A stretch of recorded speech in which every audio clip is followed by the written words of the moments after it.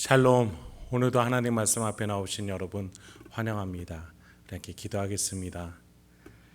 하나님, 오늘도 우리에게 귀한 하나님의 말씀 주시니 감사합니다. 이 말씀을 들을 때에 우리의 영혼에 용기와 소망, 기쁨과 희락이 가득하게 하여 주시옵소서.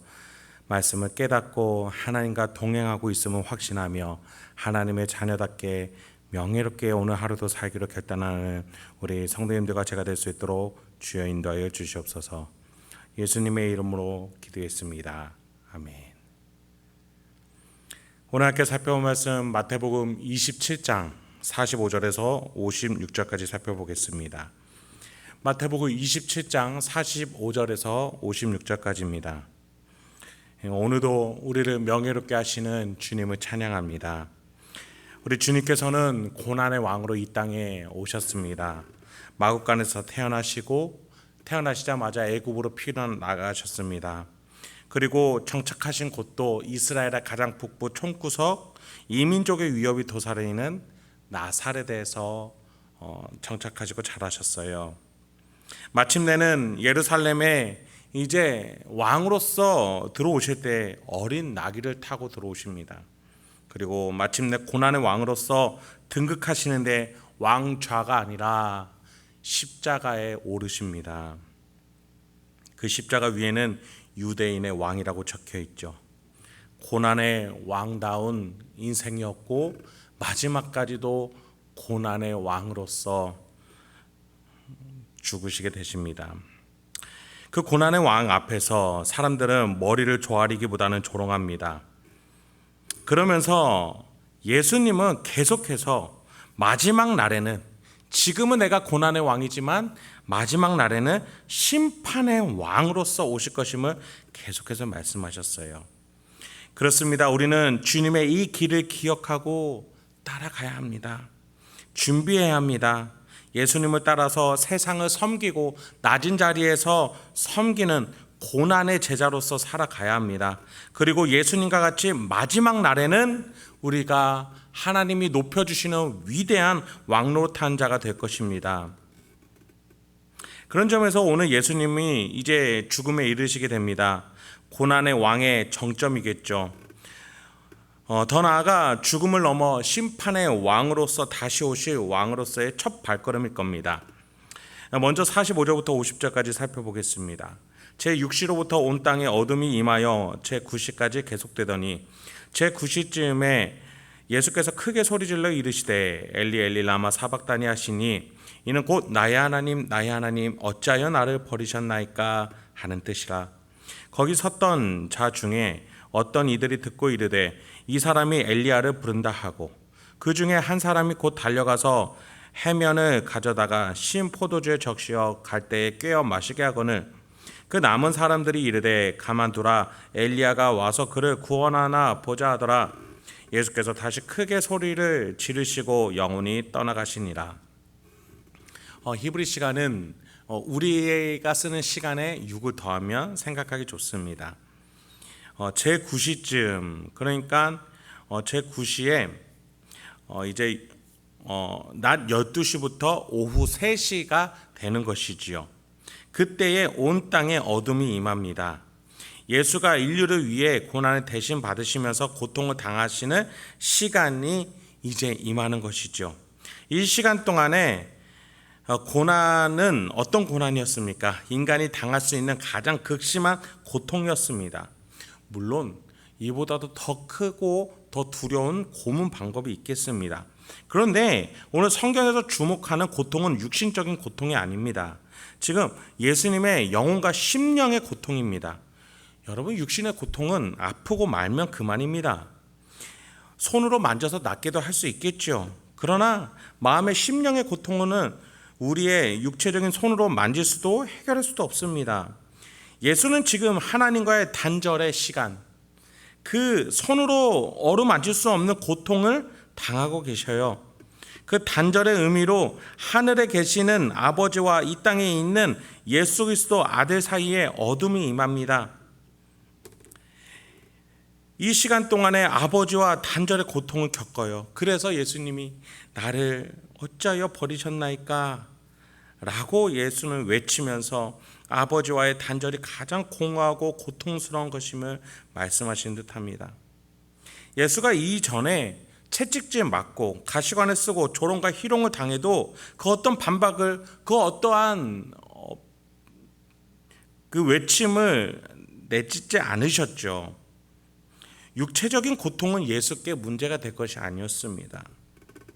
고통을 줄여주는 포도주도 그래서 마시지 않으셨던 거예요. 예수님이 지금 어떤 고통에 울부짖고 계십니까? 하나님 아버지와의 단절이었습니다. 우리가 하나님 아버지를 사랑하지 않으니 그것이 얼마나 큰 고통인지 알지 못하죠. 근데 우리의 육신의 아버지와 헤어진다고 생각해 보십시오. 얼마나 큰 고통이겠습니까?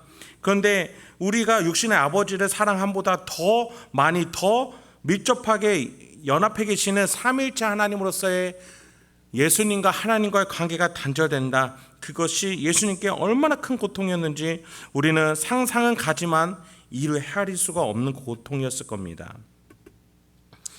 그리고서 예수는 소리를 지르시고 영원히 떠나가십니다. 죽은 육체만 남았어요. 고난의 왕의 말로입니다. 고난의 왕다운 그리고 모습입니다. 그리고 우리의 모습일 겁니다.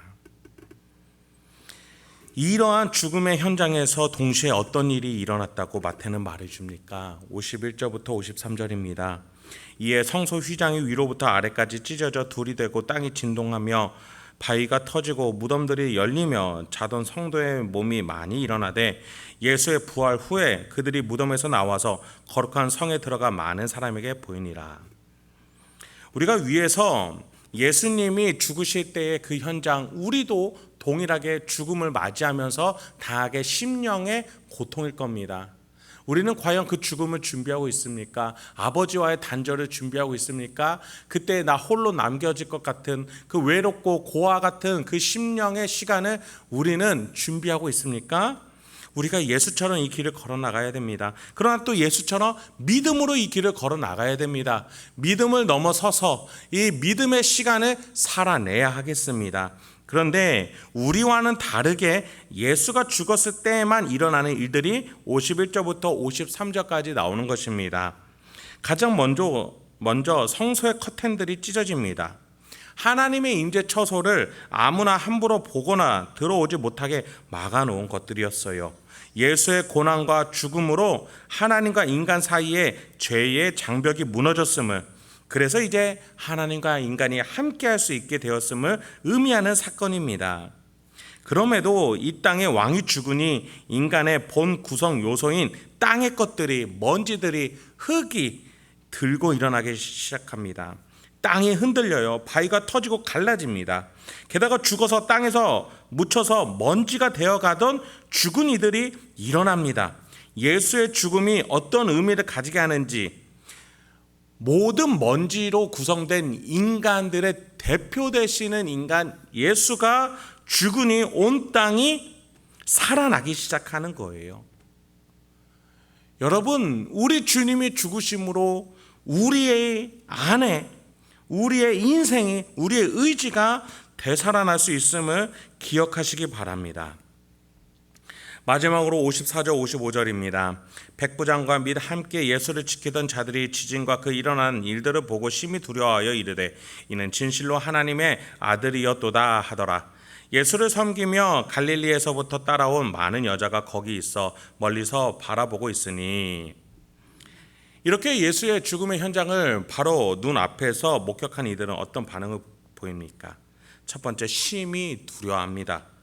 그리고 고백하기를 하나님의 아들이구나 라고 말을 합니다.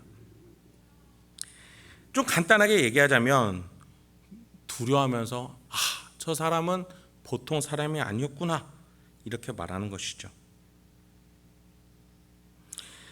진정한 인간의 대표자, 인류의 대표자가 죽었을 때 어떤 일이 일어나는지를 보고 있는 그대로 표현하고 있는 것이죠. 그렇습니다. 믿는 자든 안 믿는 자든 동에서 서까지 예수가 다시 올 때에는 누구든지 예수를 보고 반응할 것이다 라고 신약은 계속해서 말해주고 있어요. 그때 모든 사람들이 그 예수를 보며 저 사람은 신이구나 말하게 될 거예요. 그런데 그 다음이 필요합니다. 우리는 그 자리에서 제자다운 표현을 할 수 있어야 돼요. 모든 사람이 두려워하면서 신이구나 말할 거예요. 그런데 제자들은 그 다음에 기뻐하며 찬양하며 그토록 기다리고 고대하던 예수님이구나, 그 고백을 할 수 있어야 된다는 겁니다. 그래서 55절에 보니 예수를 섬기며 갈릴리에서부터 따라온 많은 여자가 거기 있어 멀리서 바라보고 있습니다. 그리고 56절에 보니 그 중에는 막달라 마리아도 있었고 또 야고보와 요셉의 어머니 마리아 또 세베대 아들들의 어머니도 있더라라고 되어 있습니다. 예수의 제자는 이 죽음의 현장까지 끝까지 따라오는 자들입니다. 그렇습니다. 우리는 언제 어느 상황에서든 예수를 따라갈 수 있어야 하겠습니다. 예수님의 죽음의 현장까지 갈 수 있어야겠습니다. 내가 죽는 현장이 바로 그것입니다. 섬기느라 죽을 수도 있고요, 육체의 소진으로 죽을 수도 있습니다. 어쨌든 우리는 그 죽음의 현장으로 나아가는 인생입니다. 그 자리를 준비하는 우리 인생이 되어야 하겠습니다. 이 땅에서 우리는 영원히 살 수 없어요. 언젠간 죽을 것입니다. 그 죽음의 앞에서 우리가 예수가 나를 위해서 대신 죽어주심으로 다시 살아날 것을 믿음으로 고백하며 오늘 하루도 이 땅에 매이지 말고 예수를 따라서 명예롭게 살아갈 수 있는 저와 여러분이 되길 소망합니다. 함께 기도하겠습니다. 하나님, 오늘도 우리에게 귀한 하나님의 말씀 주시니 감사합니다. 오늘도 이 말씀을 통해서 우리가 어떠한 삶을 어떻게 살아야 될지 알려주시니 감사합니다. 우리의 10년 가운데 이 말씀으로 용기와 기쁨, 확신 주셔서 주여 오늘 하루도 세상에 흔들리지 아니하고 어떤 고난에도 넘어지지 아니하고 포기하지 아니하고 일어설 수 있도록 우리 행복한 교회 성도님들과 저를 붙잡아 주시옵소서. 예수님의 이름으로 기도했습니다. 아멘.